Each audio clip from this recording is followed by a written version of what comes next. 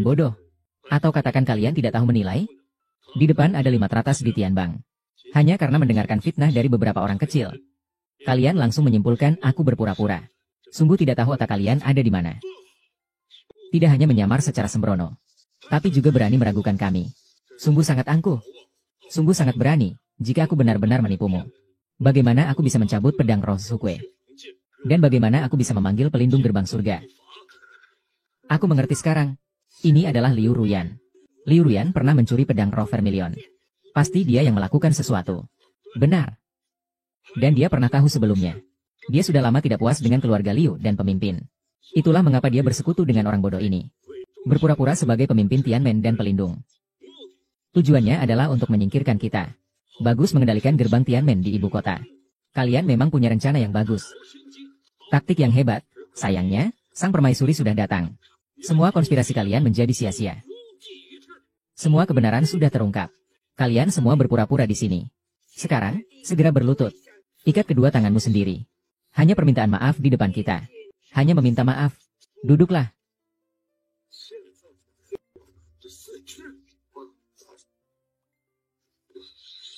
Apa yang kau lakukan? Aku jelas memberimu waktu 3 hari. Mengapa kau begitu terburu-buru mencari kematian? Zheng Yifan pernah berkata, memberimu 3 hari waktu. Menyuruhmu membawa dalang yang mencelakai keluarga Jiang ke hadapanku untuk memohon maaf. Kalau tidak, kau akan terbakar hidup-hidup di api malam. Sekarang, tinggal 1 menit tersisa dari janji 3 hari. Bukan hanya kau tidak membawa saksi mata sang dalang. Kau juga berani bertindak lancang di hadapanku. Bahkan tidak mau menunggu 1 menit terakhir. Tuan, hanya 1 kata. Berani bertindak lancang di hadapanku. Cari mati. Ada apa ini? Mengapa hatiku bergetar? Pedang tak berani dihunus. Segera lepaskan orang itu. Jika tidak, aku akan membunuhmu sekarang. Jika bukan karena kamu menyamar sebagai penegak hukum. Penegak hukum saya akan membawamu untuk menuntutnya. Saat ini kamu hanya seorang arwah. Kenapa kamu tidak melepaskan saya? Apakah kamu mengira kamu sangat hebat? Hari ini ada 3 orang besar di sini melindungimu. Kemampuanmu masih kurang. Hari ini aku berdiri di sini. Tapi kau tidak akan pernah bisa membalas dendam atas pengkhianatan ini. Aku tidak akan menyerangmu. Bukan karena aku takut. Tapi karena aku tidak ingin mengotori tanganku. 1 menit telah berlalu. 321. Kau berani menakutiku. Aku tidak.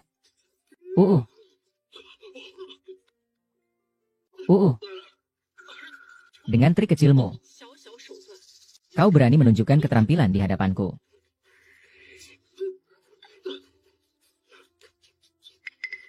Terima kasih. Ini adalah trik kecilmu yang menipu. Apa kau sudah puas bermain? Macan merah malam berasal dari elang. Bahkan jika kamu peringkat kedua, tidak mungkin padam.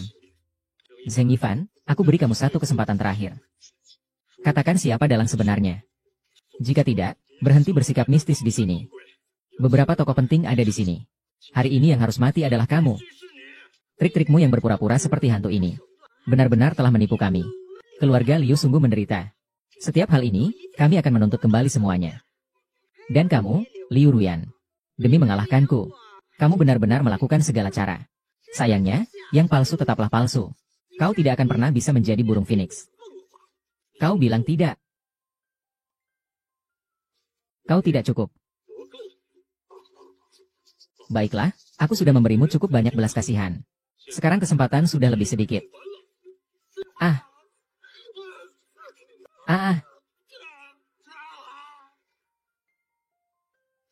Bagaimana mungkin?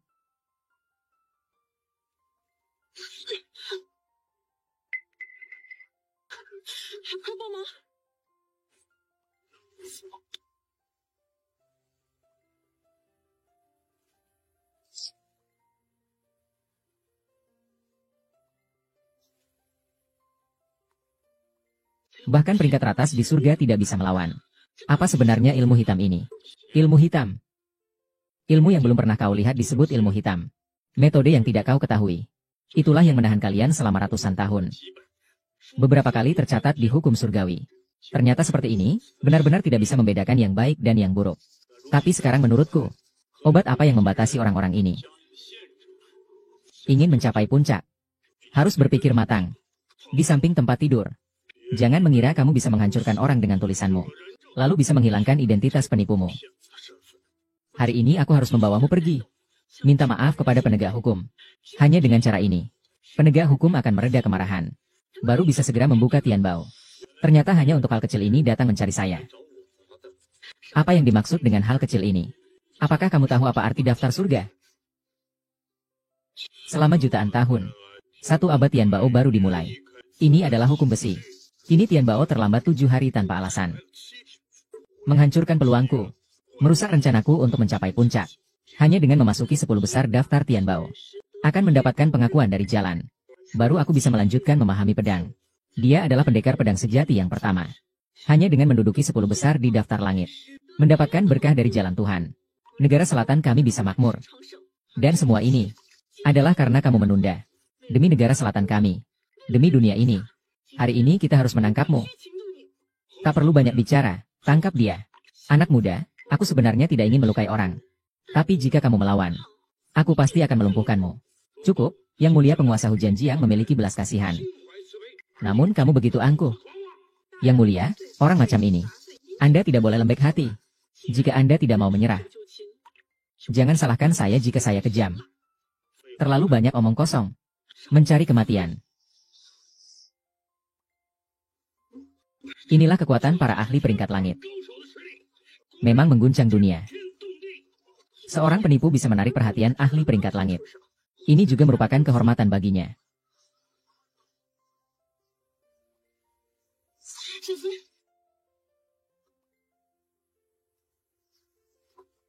Bagaimana mungkin?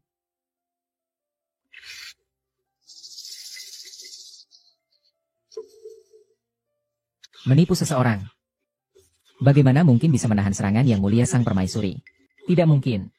Bahkan pemimpin Tianmen tidak mungkin memiliki kekuatan seperti itu. Setengah kekuatan saja tidak cukup. Yang Mulia Sang Permaisuri. Bahkan penipu kecil pun tidak bisa kau tangkap. Menurutku, peringkat kedua di daftar surga harus mundur. Diam kau bocah. Aku awalnya ingin menyelamatkanmu. Tapi kau tidak tahu diri. Membuatku kehilangan muka. Kalau begitu, jangan salahkan aku.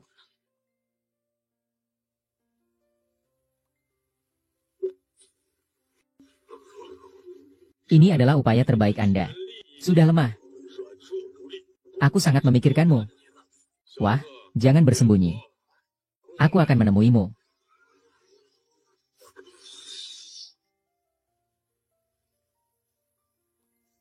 Tidak cukup. Ditambah kita.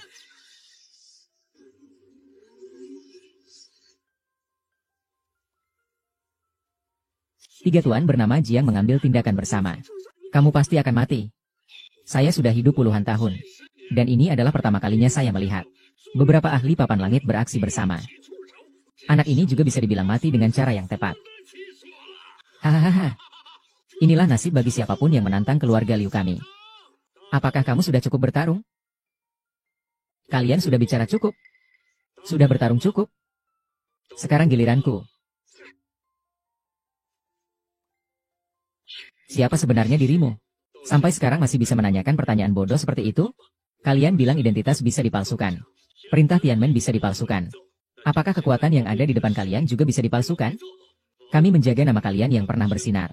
Kami menjaga agar kalian memiliki kekuatan. Ketika kalian menganggap diri sebagai makhluk dunia. Namun sebenarnya adalah sekelompok bodoh yang buta.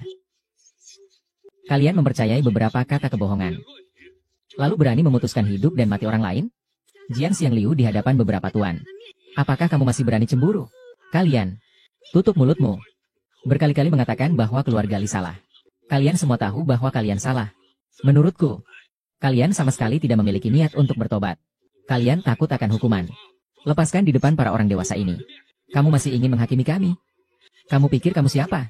Bilang pada mereka apakah aku punya kualifikasi atau tidak. Keluarga Liu dari ibu kota, datang ke sini. Yang berdiri di depan kalian adalah pemimpin Tianmen. Kamu petugas perlindungan, kan?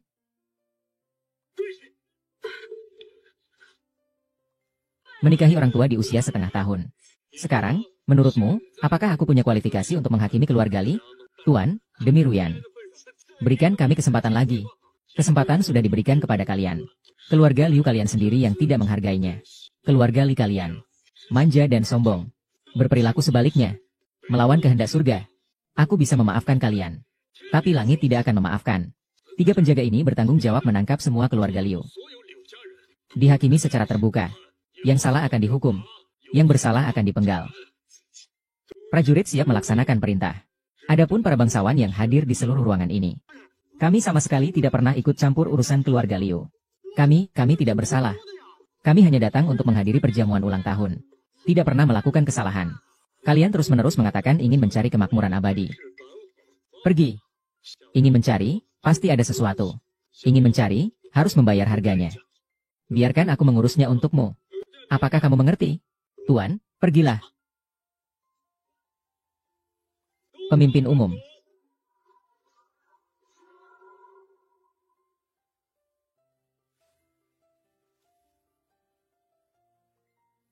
Sudah lupa penghinaan waktu muda?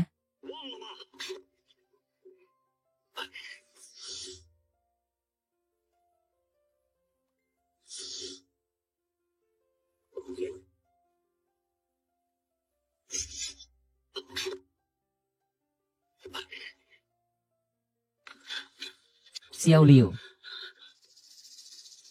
Tidak apa-apa. Wanita, tahukah kamu mengapa kamu merobek bungkus itu di pesta Fengshen? Bukankah harus ditunda hingga 7 hari kemudian? Bukankah itu karena kamu marah? Itu karena iblis di hatiku belum hilang. Kebencian atas penghinaan yang kuterima. Kebencian karena dikhianati. Dendam atas kehancuran keluargaku. Bagaimana kita bisa mengatakannya dengan mudah? Sekarang ini, aku sudah terbakar oleh tanda teratai merah dan mati. Pankreasku sudah mengalami pendarahan. Selanjutnya, apa yang harus dilakukan? Demi cinta. Sudah 6 hari. Di ibu kota. Kenapa belum ada kabar Jiang Xiangliu ditangkap? Jiang Xiangliu menghancurkan komponen 4 arah. Menghancurkan perjodohan. Jika kita tidak menangkapnya, kita tidak akan pernah bisa menikah dengan mereka. Kalau terus begini, keluarga Ding akan hancur. Begitu juga keluarga Zhao. Sudah 6 hari berlalu.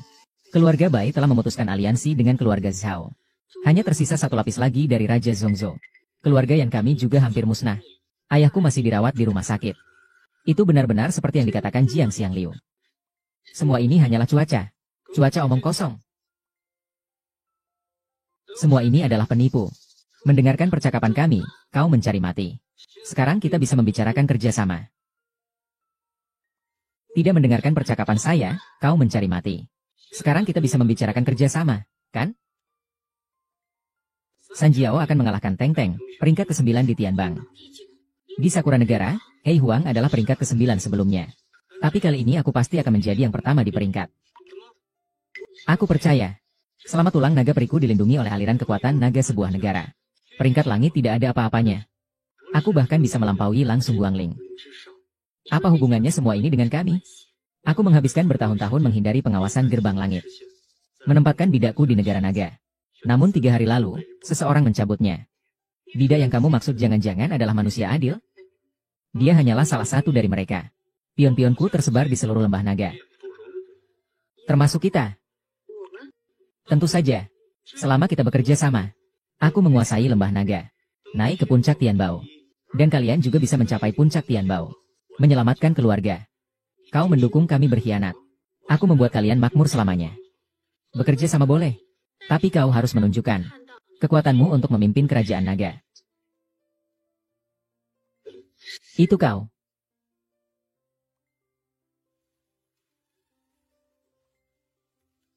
Selesaikan masalahnya.